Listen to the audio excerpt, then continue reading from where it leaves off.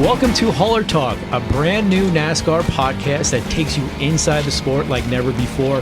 It's a big week, Daytona 500 week. We're all very excited. I'm Mike Forde, NASCAR's Managing Director of Racing Communication. In this role, I help manage the communications arm from a competition perspective for NASCAR. So whether that's managing the media availabilities for drivers, our competition executives, explaining the rules, the calls that we made. I work with the media, talk with fans, and try to help make it a little bit more clear some of the information that comes out of the NASCAR competition arm. I'm here with my co-host Amanda Ellis. Amanda is the Senior Director of Racing Communications. Welcome, Amanda. Mike, happy to be here. Excited to finally be in front of these microphones that we're sitting in front of. As you know, this has been a goal and really just a dream project of ours for a couple years now. We've just been waiting for the right time to really bring it out into the airspace and for fans to have the chance to listen as well. So excited that we're here, excited for the Daytona 500.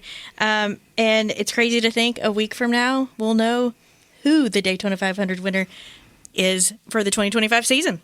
And speaking of excited, I'm excited also to welcome our third co-host, Nate Ryan. He writes for NBCSports.com, NASCAR Digital Media, NASCAR.com, longtime journalist in this sport, very well respected. Nate, welcome aboard. Forde, Amanda, thanks for having me. Yeah, I've been covering NASCAR for more than 20 years, started in newspapers, Richmond Times-Dispatch, USA Today. Last 10 years or so, I've been at NBC Sports and started doing some freelancing last year for NASCAR Digital Media and continue to do that this year. And I had a podcast myself at NBC Sports that has now run its course, and it's great that I was invited as part of my freelancing this year, my expanded relationship with doing stuff for NASCAR Digital Media, to join this podcast. So I'm really looking forward to this, very excited about the season, and what better way to spend a day each week than sitting in a room with NASCAR people asking them uncomfortable questions about why competition decisions were made. So, yes, pleasure to be here. Oh, it's great to have you. You were the number one pick. I tanked all last season just so I can get the number one pick,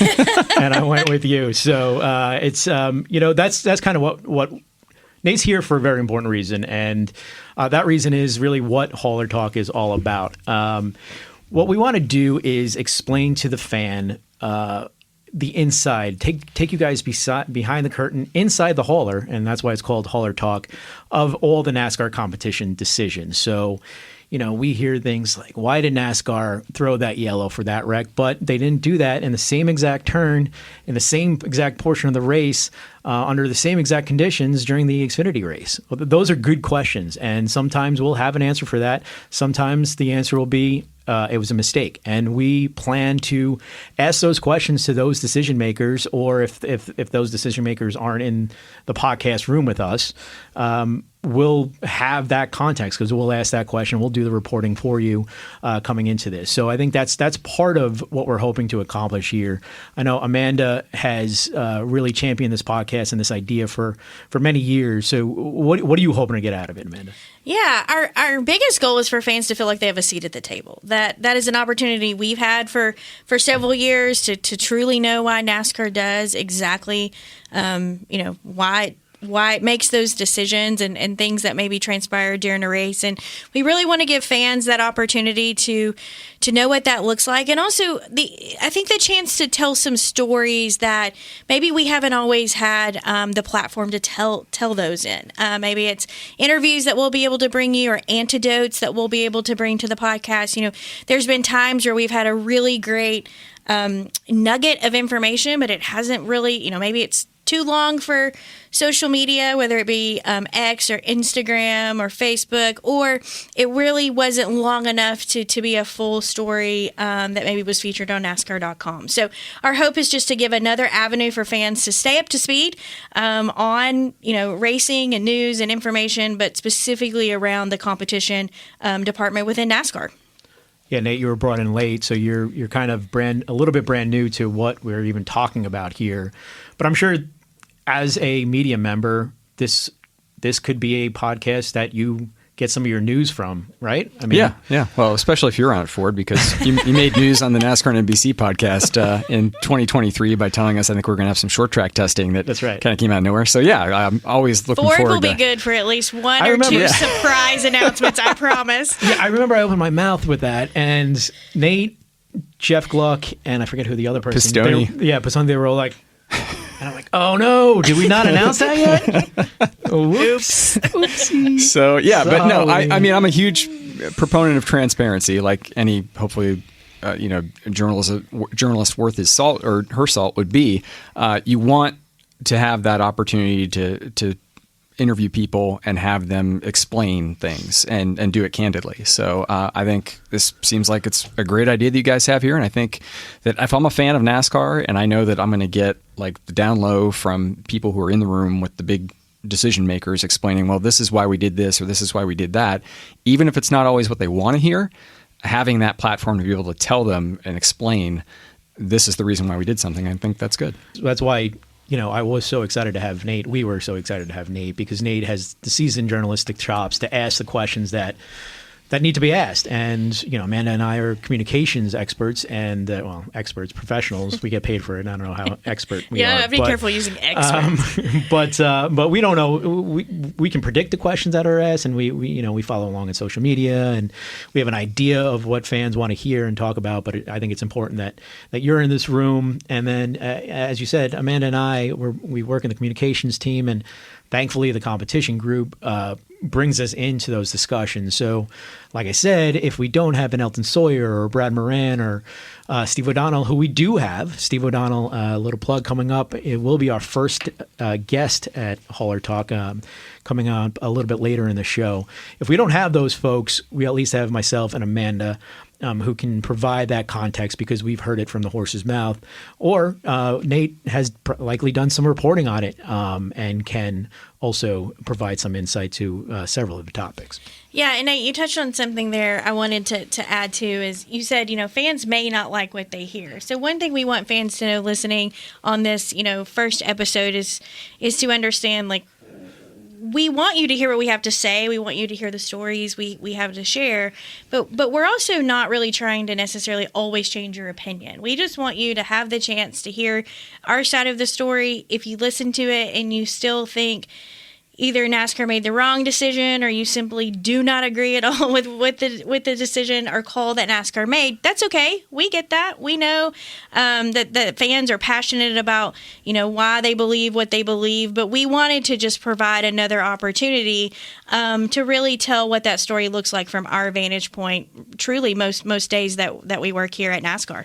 So with that, our first race is a somewhat big one. It's a big the Daytona 500. I've heard of it. So we'll do a little bit of talk about the Daytona 500, and I think the first thing that we probably should touch on is the very first on-track activity, which is a little bit new. And Nate and I were talking. Nate, I think you brought up a good point. The first time we will have practice prior to qualifying since the pandemic. Yeah, so 5 years without having cars on track before the qualifying race. And I think there was a lot of questions about that, and that chorus kind of grew in recent years that, why can't we have cars more on track more often, especially in drafting practice where you have drivers going in cold into the qualifying races when there's often a lot at stake. You're trying to make the biggest race of the year. So I don't know, maybe you can provide perspective on why that was. Was that the change made was just to, kind of give people more to watch during the week? I think that was part of it. I was honestly a little surprised when we made that call. I remember getting a call from Jason Hamilton, who manages, he's the lead race director for NASCAR and will be calling the race for the Daytona 500, but also manages the weekend schedule on a week-to-week basis. And let me know that we were seriously looking at that. And everything I had heard up until that point was super speedway races. We're probably going to limit practice as when we announced the practice and qualifying format. There are no practices for the Atlantas, Talladegas, and Daytona 2. And then the reason for that was that was feedback from the teams that, hey, we're probably not going to use that. We don't want to tear up our equipment in practice. We want to save all our bullets for the race. Made perfect sense. Efficiency play. Since there were a lot of lessons learned during COVID, and that was one of them. But then for the Daytona 500, there was a different tune, and this was a request from the teams and certainly the fans as well. So we were able to sort of check two boxes by adding practice. So there will be a practice. I believe it's from 10 a.m. to 10:55 a.m. I believe that's going to be on FS1 for those who want to tune in. A little bit unique schedule that day, so they'll go from practice. Believe there won't be a full-blown inspection. I think it's just going to be a safety and engine inspection prior. We'll open up the OSS, the optical scanning station, and the USS, the underbody scanning station. Those will be available for teams just to sort of check up their setups, but it won't be a pass-fail situation. So they'll go into practice, then a full-blown inspection prior to qualifying. And during that inspection, we'll also have NASCAR Media Day. That's the reasoning. The teams wanted it, and I think we saw a couple of years ago Travis Pastrana had never been in the next gen car. There was some concern there whether he would be able to even start his car, and things worked out. But I believe last year or the year before there was a driver who couldn't start his car for qualifying and had to be a little bit late to qualifying. So I think this is a really good thing. More content is really is king. So especially during speed weeks, which has been tightened up since we've moved the Clash away from Daytona International Speedway to places like the LA Coliseum and now Bowman Gray. So I think that'll be a pretty good thing for fans, good for teams, and it really adds some momentum to the race season. Feeling like I have to ask some tough questions here. Oh. Should I bring up the fact that the Daytona 500 has a rule change this year that's a little bit controversial?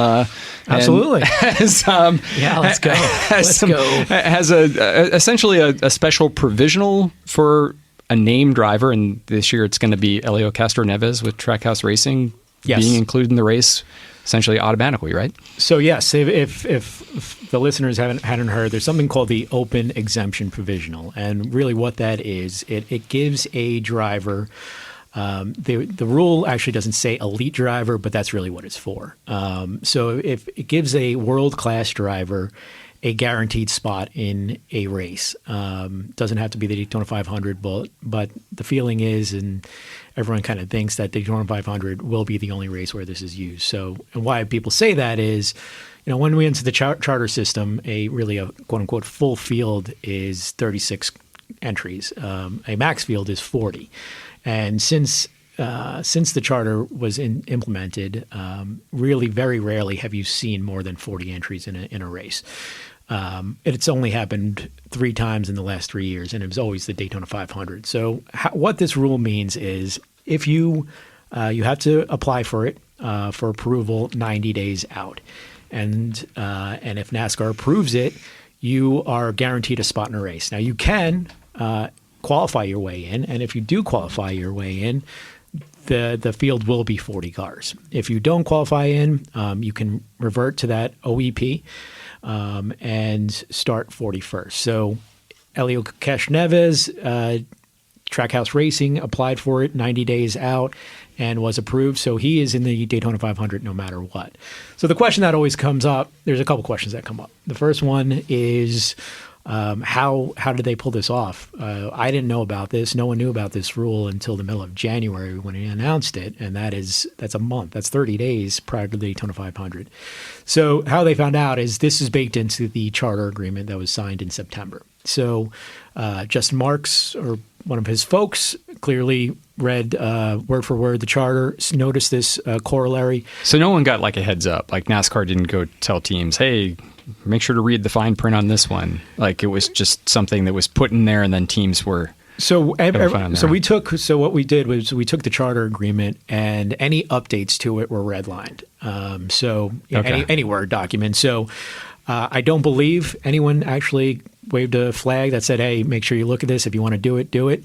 But it was in the document redlined as far as, hey, this is a new thing, so pay attention to it, which, hearing, anecdotes about the charter negotiation process, people fine-tooth combed every single red line and argued about it. So I imagine a lot of people did know about this and really didn't need that heads up.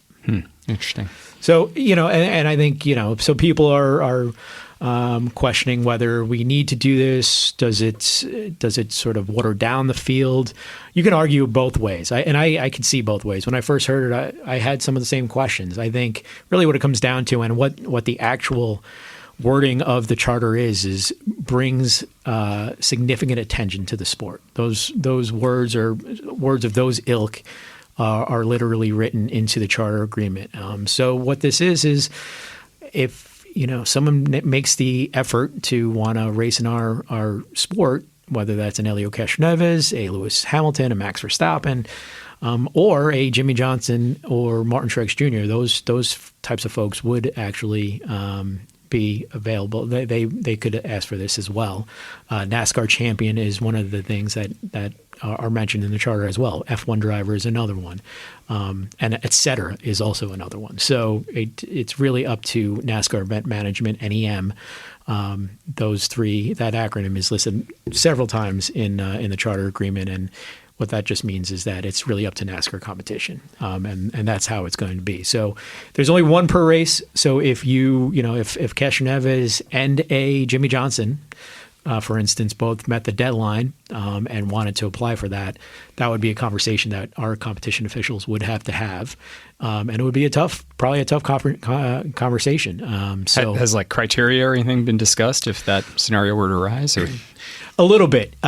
So there is something, I don't know if you're familiar with the select driver test process. So the select driver test is something we put into the rule book maybe 2 years ago.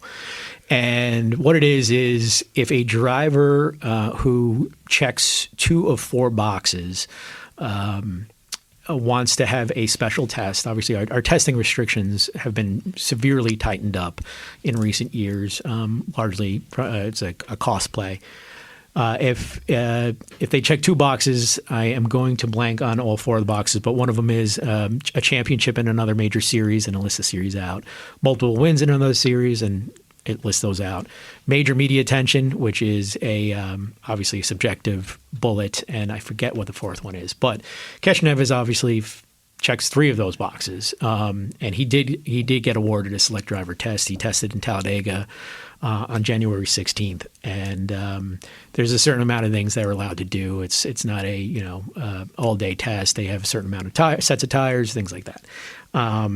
We have loosely adopted that in the background. It's not written anywhere. There's no rule book that says here are the boxes you need to check to actually get this OEP. But that's kind of our starting point when we are having these discussions. Now, Castroneves was the first and thus far only person to ask for this, so we haven't really crossed that bridge and really had a deep conversation. But that rule is the one that is pointed to the most when we have the hypothetical discussions like that. Yeah, and it's worth noting as well, I had the opportunity to, kind of conduct a media Zoom with Helio Castroneves soon after the announcement. Trackhouse announced that he would be running in the Daytona 500, and he was very, very vocal about his plans to just qualify for the Daytona 500. That is ultimately his goal, is to qualify for the Daytona 500 and to not have to utilize the OEP, but if he needs it, it'll be there, and obviously it will be in play, and we'll know more once the duels take place on Thursday. We'll know where he lines up, in the field. So there's a chance you could still just make it on speed. Yeah. Which somewhat then raises the question, and obviously you guys were there, but at Bowman Gray, there was some pushback on this, particularly from Denny Hamlin, who essentially said, this is the big leagues. Like this is not an invitation only sort of thing. I don't think we need to bring stars. He was asked specifically, who else would you want to see in the Daytona 500 if they came over? And I would have tossed out a Max Verstappen or Lewis Hamilton, but Denny was like, no, nobody. This is where the best stock car drivers in the world race. If you want to make this race, you have to make it on merit. Yeah, that was the first time Denny Hamlin has ever disagreed with anything NASCAR has done. So I was shocked to hear that.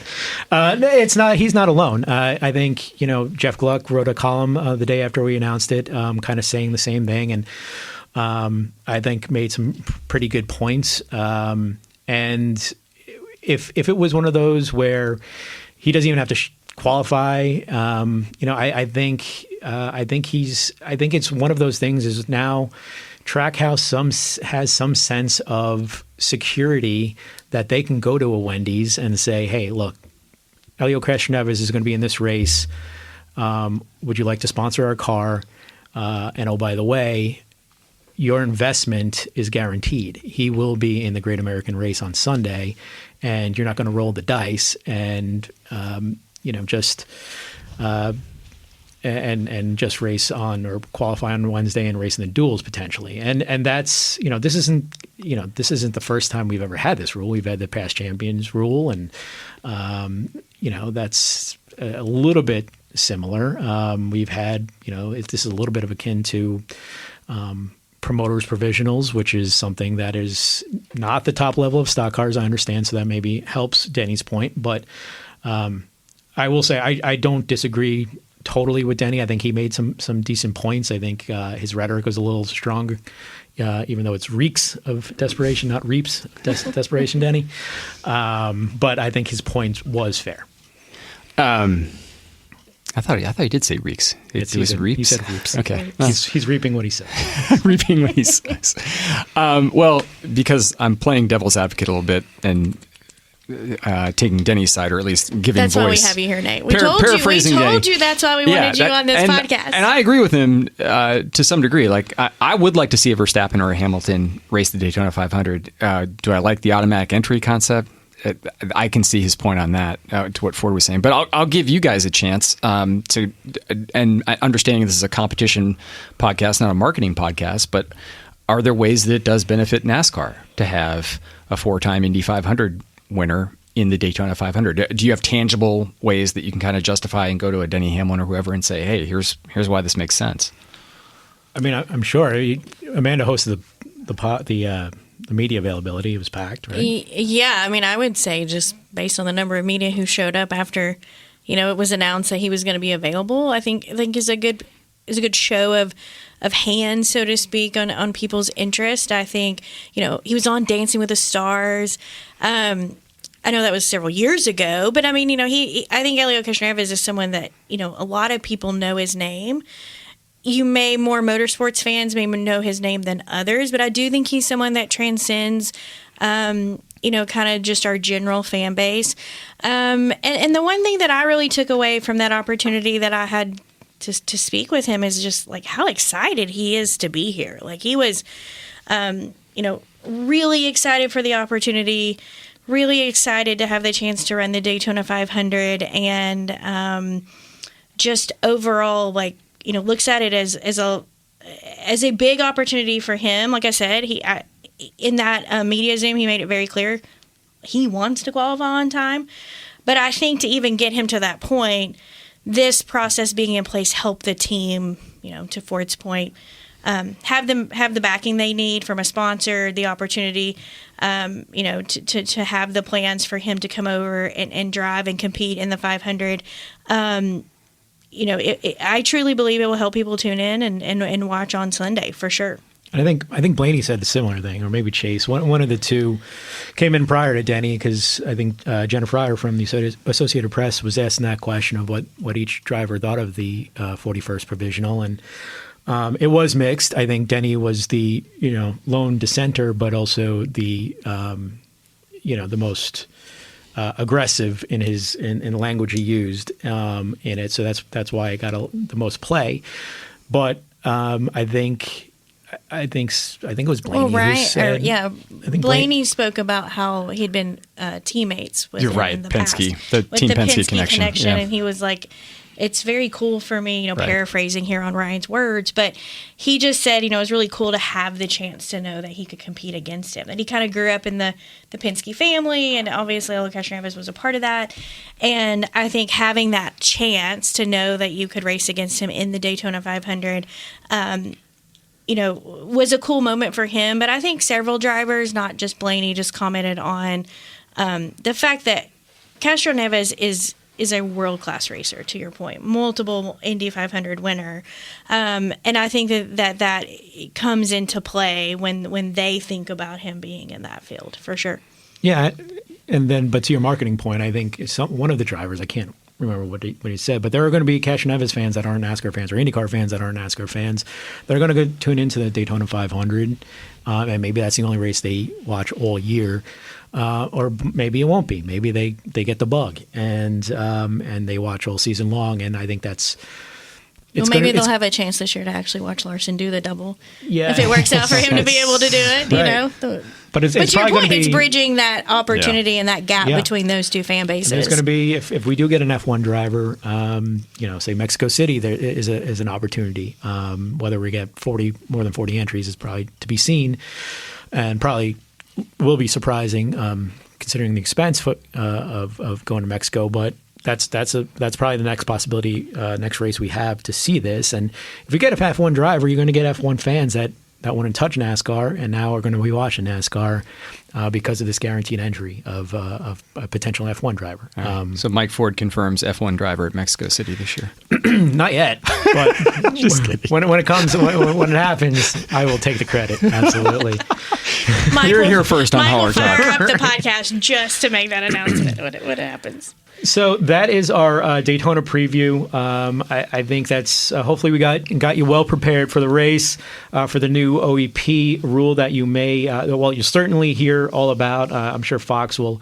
It'll be a big topic during qualifying, which will be Wednesday night, and then during the two dual races on Thursday evening. Lots of action. Again, we'll have Cup practice again on Friday afternoon, followed by the Craftsman Truck Series race on Friday, Xfinity Series race on Saturday, and of course the Daytona 500 live on Fox 2:30 on Sunday.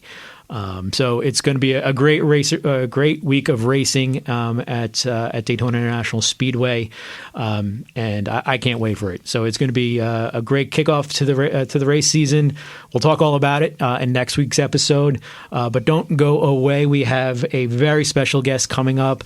The NASCAR Chief Operating Officer Steve O'Donnell gives his a perspective on the NASCAR playoffs, what that should look like, where the class should be in 2026.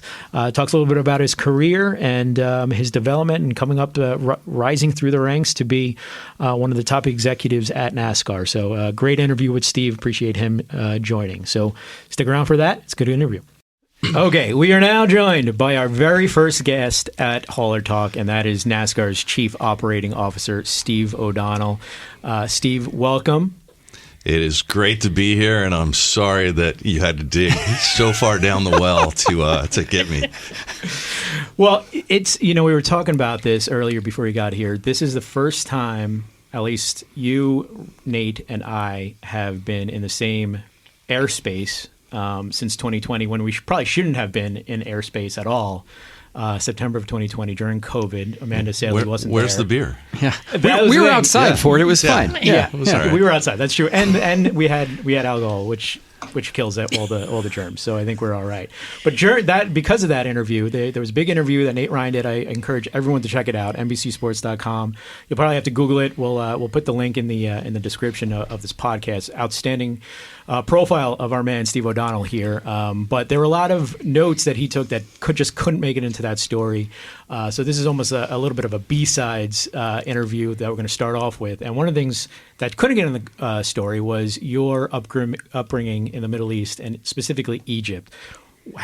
Why did you grow up in Egypt? How did that affect you and your outlook on life, and eventually what brought you back to the States? Yeah, great question. So unbeknownst to me, I was living in Massachusetts, was big into sports, was still young, 6th grade, and I didn't know it, but my mom and dad were teachers. My dad was a principal, and apparently my dad had always wanted to go overseas and run a school. And his first interview was actually in Iran. So we were a couple years potentially of moving there, but then a lot of things happened politically, so that didn't happen. So he came back in I'm old, so 81, and said, hey, we're moving to Egypt.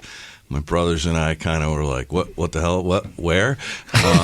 And he convinced me that, big soccer country, it'll be great. At the time I was playing soccer, so I was like, all right, we'll see how it is. Well, we moved over there, and I couldn't have been a bigger jerk to my dad. I think I learned all the swear words in Arabic. I would get in some fights on the street, or at least, wasn't great. I was not a great person to begin with, and I said, I don't like it here, Dad. The entire soccer team was all international and good, which I wasn't. So it was tough the first, I'd say, month. After that, life-changing, and loved it. I went to school there for 6 years with probably 60% of the kids were from all over the world, 10% Egyptian and the rest American. So you were in class with a kid from Israel, a kid from Egypt, talking about the Egypt-Israeli war. Kid on your left thinks they won, the kid on your right thinks they won, and it was just fascinating to see. And I think being involved in a lot of sports, we got to travel everywhere. So instead of going to a state tournament, you'd go to Belgium or Germany or Italy, and you'd stay with that host school and play in tournaments with all the international schools. So it was great for me. A lot of different cultures, got to travel around the world, and ended up being a huge proponent of that, and since have loved travel. And so I applaud my parents for bringing us there, and got the best of it. So it was great. Obviously a life-changing experience for you, Steve, as was NASCAR. And that was much like going to Egypt, something you never would have probably expected when you were a kid. You didn't grow up in racing. Yep. You were thrust into it, not to date you, almost 30 years ago. Yeah. And one of the, as Forde mentioned, one of the anecdotes I didn't really get to touch on as much at length in the story I did in you in 2020, which I loved and would love to have you retell it for this audience a little bit, was early on in your tenure at NASCAR, Richard Childress pulls you aside and says, I want you to fly back with me from this race to North Carolina. You're going to come up to Welcome. You're going to stay at my house for a few days. You're going to go to the shop. And you're like, wow, this is Richard Childress. This is the guy who won all those championships with Dale Earnhardt, Daytona 500. Like, why has he asked me to do this? And as it turned out, there was a reason. Yeah, no, it was pretty cool. And I think backing up from that a little bit, Nate, so my background, I'd been in kind of minor league baseball, right? And so when I first came into NASCAR, I was doing the victory lane, the hat dance, that kind of thing. But then I worked on our weekly and touring series. So I got a really good education on NASCAR. Very similar to Bowman Gray. We had 100 Bowman Grays at the time in terms of short tracks. And so got to learn what mattered, I think, from the grassroots fan base, but had a lot to learn, right, when it came to all of our national series, particular Cup. And when Mike Helton kind of said, hey, why don't you look at coming over to competition from the business operations point, I was like, okay, this is going to be interesting to see how that goes. And Richard Childress called me up, and he said, hey, I think it would be good for you. You've got a perspective at the time from probably some of the folks Richard wasn't a huge fan of that worked for us. So I think there was a little bit of him wanting to kind of say, hey, maybe we can teach this kid a little bit to come understand some of the team side. But I went up, I flew back with him and his team from Talladega Sunday night. I spent 4 or 5 nights at his house, and he took me through his team meetings, all the different parts departments, and basically said, listen, this isn't for you to go and tell everyone what we're doing and all the secrets, but I want you to be a part of the team for a week and see what happened. And it was fantastic. One of those things that we did at the time was, he pointed to a room where he had a bunch of springs, and he said, you see those in there? And I said, yep. He said, how many are in there? I was like, a couple thousand. He said, yeah, you guys just made a decision to change the springs. And in your world, that might be small, right? That may be, it's only $100 a spring, but do the math. I said, okay. And so I went back to the R&D center, and we were talking about springs. We were talking about making another change. And the decision was, let's go. I think we should do it. And I said, well, how much is that going to cost the industry?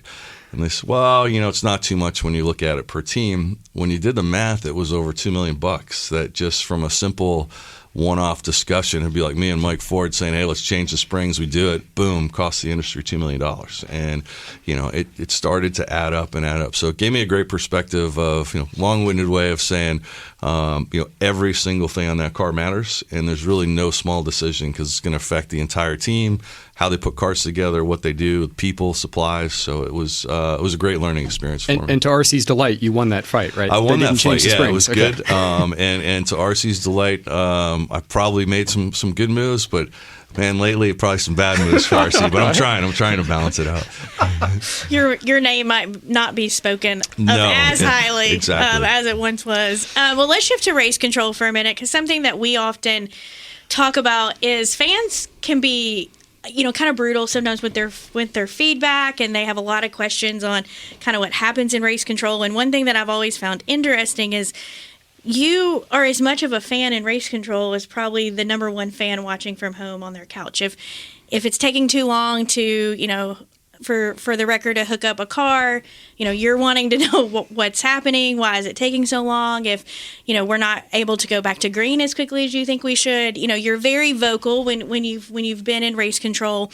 But just talk a little bit about that, about having the opportunity to be in race control, how you lead from that seat when you're there, but also like how you balance maybe frustration at times with also giving your people the opportunity to make their own decisions as well. Yeah, it's a great question, man. And I've learned a lot, probably the hard way in that. So I came up through a bit of the old school with Mike Helton and, sat next to Mike and watched kind of how he did things. And he knew every detail of what was going on in that race. And I think one of the things that people forget is, we don't have timeouts, right? We've got to make quick decisions, and you got to live with them. And we're not always right. And so the bigger thing is, as we've kind of come and involved over the years, and Nate and NBC and everyone, you're now with, big time sports and big time television partners, and you've got to think about how does this sport fit in, and maybe some of the things you did in the past that maybe took a little while can't take as long, and people are kind of saying, hey, what's going on here? So I probably yelled a little bit too much. I'm sure people were happy when I was out of race control more than I am now. But I think I learned, and my biggest thing was just trying to make sure we were quick. We want to do it right, but people don't like watching cars go around in circles under caution. They don't understand it. They don't understand why it takes so long. So for us to be able to get back to the action quick, and I think the biggest thing for me was also not being afraid to have our people say, we made a mistake. If we missed a call, don't run away from it, admit it, and talk about what we can do. Sometimes that's hard, but I think that's one of the things we needed to do as a group. And now I look at the people we have in race control, and they're terrific. And I look back, and I feel a little guilty because they run it really well. Certainly there's some challenges, but I think when they do make mistakes, they admit it. We can always get better. We're the referees. I think, I get that. No one likes referees. I'm a sports fan. I'm the same guy yelling at the Giants referee, during the game. So I get that, but it's part of the sport. Our fans are passionate, and they should be. But I enjoyed it. I think there's no better seat in the house, so it was fun as well. So looking at 2025, and the big question coming into this season was, what is NASCAR going to do with the playoffs? Obviously, one of the leaders of our industry, Steve, you have a big say in what's going to happen there. Obviously, everyone knows no changes for 2025, but with the big asterisk of we're going to give a real deep dive into that. So, Steve, what is your vision for how we're going to do that? What do you want to see out of 2025 in those discussions? And where do you, gut less than 2 months in here? We haven't even waved the flag, the green flag on the first points race yet. But where do you think we should go? Yeah, I think it's important to probably go back and look at how we got to where we are today. And one of the cool things when you looked at stages, and I know some people, they don't like stages, or they don't like how we do the playoffs, but it was truly an industry-wide group that came together and talked about how we could do some things. And could we improve upon the racing so that every lap mattered? And when I look at kind of the original goal that we set out, I think it's hit on just about all of those. And, every lap does matter. Drivers are out there wheel to wheel, during stage breaks, playoffs, playoff races, cutoff races matter. So all those things have worked.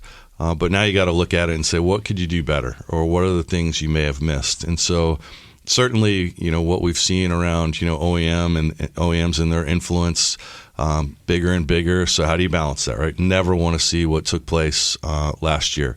How do we make sure that if Nate and I are racing together and we're teammates, the incentive is still big enough for me to beat Nate, no matter what lap it is, no matter what race it is. And that's a balance for us. That's unique in our form of racing right now. I mean, in other forms of racing, it's normal. Pull over, and fans are okay with that. I don't think our fans are going to be okay with that. So how do we look at that aspect of it? And then the bigger thing is just the overall format of rewarding drivers, rewarding the best. The best may not always win in totality if you have a playoff, and I think that's a little bit different, for us versus maybe other forms of motorsports. And I think we've got to look at how we reward the overall champion to make sure that we can all feel like, yeah, legit champion. We're all behind it. I still stand by Joey Logano as a 3-time champion, but we want to take a look at how we can balance that so that the Kyle Larsons of the world feel like this is a place I want to race for the rest of my career, because if I'm up on the wheel and I'm winning, I'm going to be rewarded for that. And the last thing, Mike, I'd say is where we race. So not lost on me, and it's more complicated, I think, than just, waving a quick checkered flag, say, let's move the championship. But I do think a rotation is going to be really important for us. It has not happened yet. But again, I'll use Nate as an example again. If he's won 45 Phoenix races in a row and the championship's there, probably not a good look for the sport, right? And we've had good mixture there, which has been great, which maybe says that Phoenix is a good racetrack. But I think a rotation is what the fans would like. I think, again, I go back to being a big fan of sports, right? College football, NFL, that rotation, the anticipation of a new venue. I think you'll see that with NASCAR as well. Right. I mean, NFL is out till 2031, I think. So, people are fired up to find out that, hey, they're in my city. Do you have a wish list of tracks that you're willing to talk about?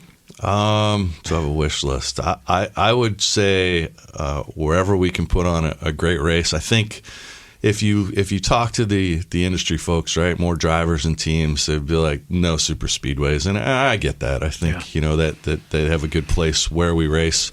Road courses, street courses might be a little tough. Who knows down the road, depending on the balance of where we race. But I think any oval where we can pull it off. You saw with Bowman Gray, we're a sport typically, right, that, oh my gosh, if it's not 80 degrees, you can't run the championship. We can race. People will show up. If it's exciting enough and it's not snowing or raining, people will be in the grandstands. So I think it will open up a lot of possibilities. The biggest thing for us is having the championship atmosphere around that community as well. It's one thing to have a race, but you need passionate race fans, you need a sold-out venue, and you need the community to embrace it. And I think there's a lot of opportunities for us in a lot of different places to look at that. And if we could delve a little bit more into how the champion is chosen aspect of it. First, I just want to say I'm on record. Joey Logano was a legit 3-time champion. He won under the rules that were presented to him. Anybody who wins a championship under the rules that are presented to them, that to me qualifies as validation. Those rules, you can question, is this what we should be doing? But if they won under those rules, they're the champion. But I do think it was interesting. Chase Elliott said at Bowman Gray, that is the single most important thing to him about what happens going forward, is that we have to make sure that how we choose the champion is valid. So I guess the way I'd frame it, Steve, is there was a lot of momentum for it toward the end of last year. We heard the discussions coming out of Martinsville, coming out of Phoenix. How do you get to a place knowing that you guys are also so collaborative, knowing that that's what produced stages and elimination playoffs? How do you get to that place? And was there a sense that you guys went into the last season, off season, thinking we might do it, but we just needed more time, we got to talk to more people? Yeah, no, great question. I think it's both. We looked at some conversations, Christopher Bell, very opinionated on, kind of where we needed to be, how it affected him, how he's going to race in the future. Other drivers kind of like it, right? And fans, different opinions. So for us, we can make a quick decision and kind of question, have we really thought through all of these variables? Or we could really take the time and involve as many industry people as possible, get as many perspectives as possible, maybe a little slower. But I think that's the way to go. And that's ultimately where we fell on. So we have a whole committee that we're putting together that's going to evaluate this from everything, number of points, where you race, how the rounds. We may end up exactly where we are, but I don't think so. I think there'll be some tweaks that we look at that we can improve upon. I think what's ultimately going to come down to is, fans understand, right, that one race. And if I'm beating you, I won the championship, I get that. Others, should it be a 2 race? Should it be a 3 race? There's a lot of different variables to look at to make sure we're crowning the drivers who win and who are up on the wheel, and we can tell a story that they're deserving of being a NASCAR champion. There aren't many of those, and we all want to be proud of our champion going forward. So however we can all get behind that. And one of the things I've learned in NASCAR is we will hear from a lot of people, no matter where we go within the industry, that NASCAR didn't listen to me.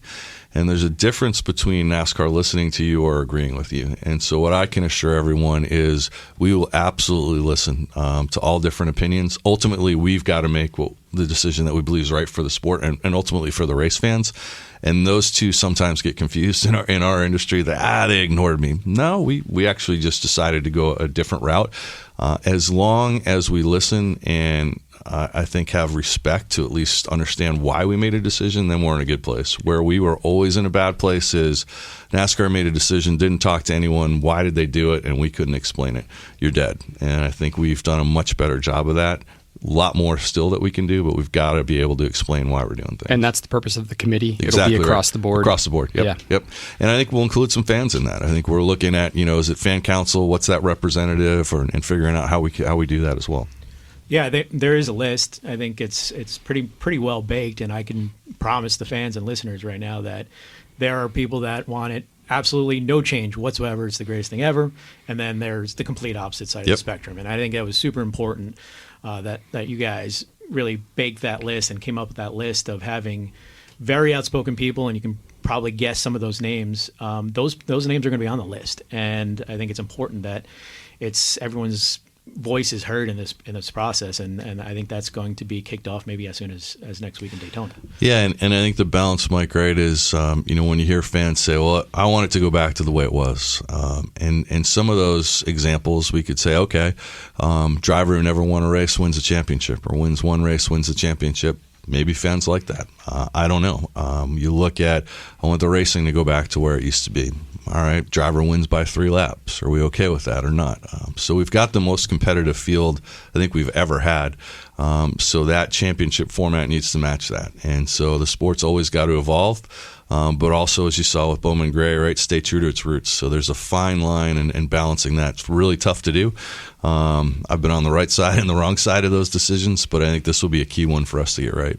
You mentioned Bowman Gray. Talk about the clash and how it's evolved over the last couple of years and where you see it going in 2026. Yeah, well, I thought Bowman Gray was awesome. And why I thought it was awesome was the work that Justin, Joey, Denowitz, and the crew and Ben Kennedy were able to make that track look like it was upgraded but keep all of the character. And so it just felt right. The fans are passionate about what we see. And I think the big question was, well, can we race there? Is this going to be a parade? And I thought that was fantastic as well. So to me, that was a great mix. It's exactly what we needed to launch the year. So the Clash is something that, we always look at, can you rotate it around? Can you try some new things? We did that in LA. I'd say year one was really great. Showcased it to a lot of new fans who got to see NASCAR and expose the sport to a brand new audience. Over the years, it kind of dwindled, and we knew we needed to move it. Didn't really have the answer as to where.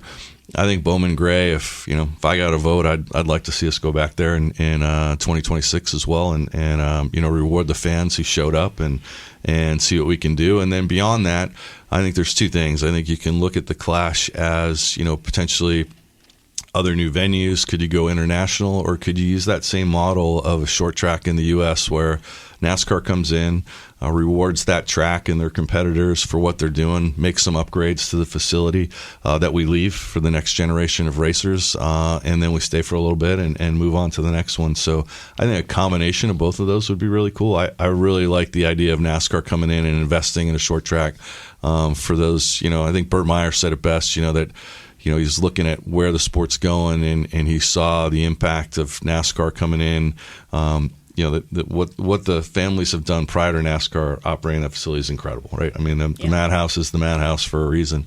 But Burt Myers being able to say, my son now can see that next generation, and he's got a place to race, and that's what's pretty cool to me. One of my favorite things about the Bowman Gray weekend was when you would kind of show up and you were making your way into kind of the garage area, that the fans would be waiting outside for the gates to open. And it wasn't like one or two fans. I mean, it was lines of fans who were there early waiting, for us to officially open the gates. And I really appreciated their dedication to just showing up for the weekend, but they really showed up for the weekend. They really showed up. And I think, Amanda, one of the things, you ask what we can do around playoff formats and formats of the race, where we race. A lot of it's getting the passion back, and a lot of that's around the drivers. And I don't mean to put it all on the drivers, right? But it's having a passionate fan base matters. You saw a lot of middle fingers going up at Bowman Gray. I haven't seen that in a while, and not that I want to condone that, right? But it's part of our sport, and it's part of the passion of the fans. As we did the driver intros and the walkarounds, and that shows they care. And the more they're cheering or the more they're booing, the better off the sport is. So I think having those drivers and those characters who fans relate to, and we've got a big crop of young drivers coming up, and it's a big opportunity for all of them. Chris Buescher said in the media center afterwards, he said, "I've never been heckled on a track walk before." that's great. That's why I didn't walk around the track. Talking about the future of the Clash, not a question, but I think it shows how far NASCAR has come that a rumor is Brazil. It's pretty wild, a Brazil Clash race. But it's interesting to say that you'd like, if you had a vote, and I imagine that you do, that it would be back in 2026. So that's pretty cool to hear, because it was an outstanding race on Sunday night and Saturday. Those heat races were unbelievable. Talking about passion, there is a line between passion and bullying, I guess. And so I want to talk about social media for a little bit. I am a certified nobody, and I get crushed on social media. Denny Hamlin doesn't think you're a nobody. Apparently, exactly. Put you on blast. Exactly, and that's why people are crushing me. I didn't call you guys bots, by the way. I did not call you guys bots. But I know you're not on Twitter anymore, largely because of some of the vitriol you saw. And you have thick skin, and you can handle that. But I know you've talked about this on the Athletic podcast, but do you miss Twitter? Why did you leave X, Twitter, whatever we're calling it these days? Yeah, I do miss it. I miss it more for the general news and tone about what's going on. I didn't leave because I'm a wimp and right. I can't take it. Why I got on Twitter? Steves. That's part of it. I told my kids, hey, let's see how long it will take to see that. It'd be 30 seconds every day when they went on. But why I went on it originally was it was just starting. I don't think we had a lot of people who were even on it, and I wanted to learn what the heck is this. And more importantly, how could I interact with fans? Not to be like, hey, look at me, but just kind of what's happening with our fan base. What are they thinking? And for the longest time, it was great. And it really worked with that. Did some fan giveaways. And then it became just a bunch of negativity, at least in kind of the feed that I was getting. And it just became something that, I looked at that as that's the only way people were thinking. And there were a much broader fan base out there to look at. And it was hard to kind of get away from that narrative. And so I still go back, still look at it. But for me, I think it was a lesson in just kind of try and take everything in. And at the end of the day, if you got to make a call, a lot of people aren't going to agree with it. And that's just part of it. And I think, Mike, I've talked to you about this. Kevin Harvick told me one time, when I came into the competition group, I was like, man, I'll be friends with all the drivers. This will be great. And he was like, dude, if you're doing your job, everybody in this garage will hate you. And that's hard to hear. But it's a reality that you got to be okay with people being pissed off and not liking calls you've made. But again, at the end of the day, if you can explain it, may not be still something they agree with, but you got to at least be able to explain to someone why you came up with a decision and then live with it. And, you don't always get them right. Under this new chief operating officer, not really new anymore, I guess a couple of years now, but over the last year, you have been tasked with overseeing competition, marketing, communications, sales, digital, NASCAR Studios, which is part of this podcast network. What when you look at this job, especially 2025, what is your biggest goal? What are you most excited about? And then what is you think the biggest challenge NASCAR is facing from that perspective? I'm most excited about the people. I think we got just an awesome team. I think it's taken some time to get there. We've gone through some tough times over the last 6 months, but when I look at the team we have and the opportunity we have as an industry right now, I think it's awesome. And that's not always been the case. We've had ups and downs at NASCAR. We've had some tough years, but the opportunity for the sport right now is amazing. We've all got to work together and take care of that and truly work together. And I think that's a big opportunity for us. And I think what scares me maybe or what worries me is that we won't. And we can be our own worst enemy as an industry way too often. We're really good at pointing to, what doesn't work or that sucked or Monday morning quarterbacking. And that's okay. That's part of it. But I'd like to see that same passion about how we can improve together and look at opportunities, because I think the fans are ready for that.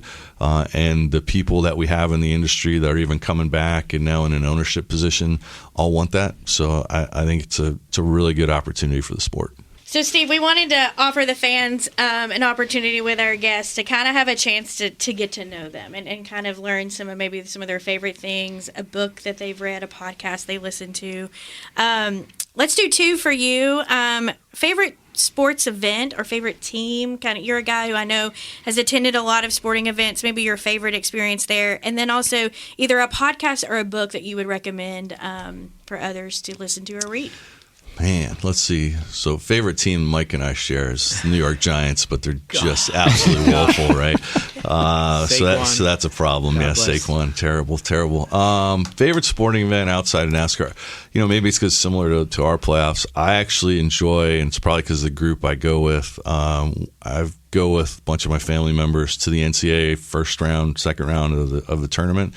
And love the passion of the fans, and probably just love getting together with some folks I don't usually get together with and have some fun. So I'd say NCAA tournaments right up there. But I like all sporting events. Anything new, go experience is a lot of fun. I was over in England in the off season at a couple of Premier League games. If you want to talk about passionate fans, that's there. And it's awesome. What was the other book? Book or podcast? Oh, man. Or both, if you have one. So I'll go back to, this was one a long time ago, but we were talking about the Middle East, the Lexus and the Olive Tree. I think Thomas Friedman is a really good one. Most recently, what have I read? I'm just a lot of podcasts all over the place on podcasts, just trying to listen to the latest things that are going on. Everything from the Dale Jr. download to to this one. Right, this will be my new favorite. Yeah. Steve, appreciate all the time. Really interesting insights. It was awesome to get to know you.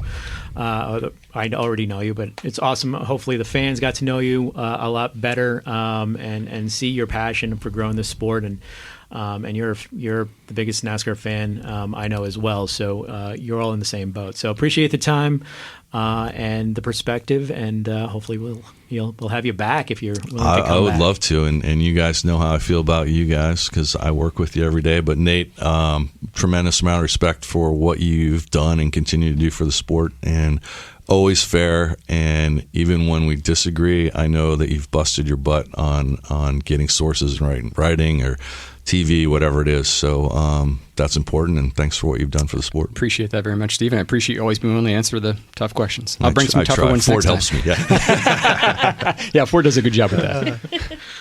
Okay, well, thanks again to Steve O'Donnell for joining us. Great interview, lots of great perspectives from Steve. So hopefully you enjoyed that interview, and that is our first show.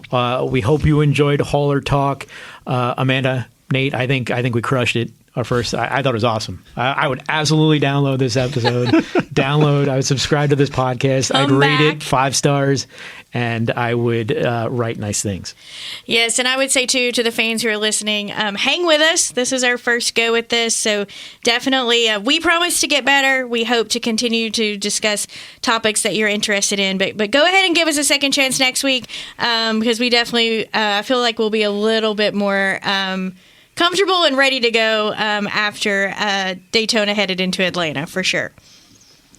So with that, we'll close it out. If you have one of the things we want to talk about for next episode is answer some fan questions. So if there's any questions that you have from a NASCAR competition perspective, especially, but any NASCAR questions at all, please reach out to us. It's haulertalk@nascar.com, or you can reach us out at X. My X handle is mforde at mforde MFORDE. And Amanda, what's yours?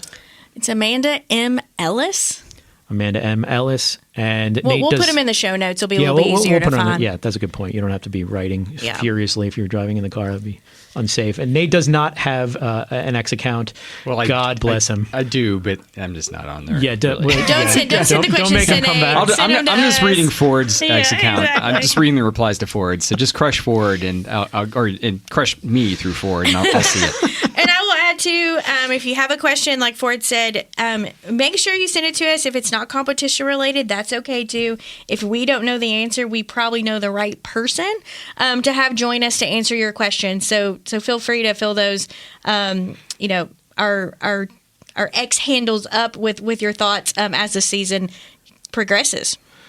All right. Well, join us next Wednesday. We'll have episode 2. We'll go over the Daytona 500 race weekend, preview a little bit of Atlanta Motor Speedway, back-to-back super speedways to open the season. So that should be another exciting one. So join us next week and subscribe, rate, and review the show wherever you get your podcast. Super important. Would very much appreciate that. And we'll see you next week. Thank you, everybody. See you later. Thanks.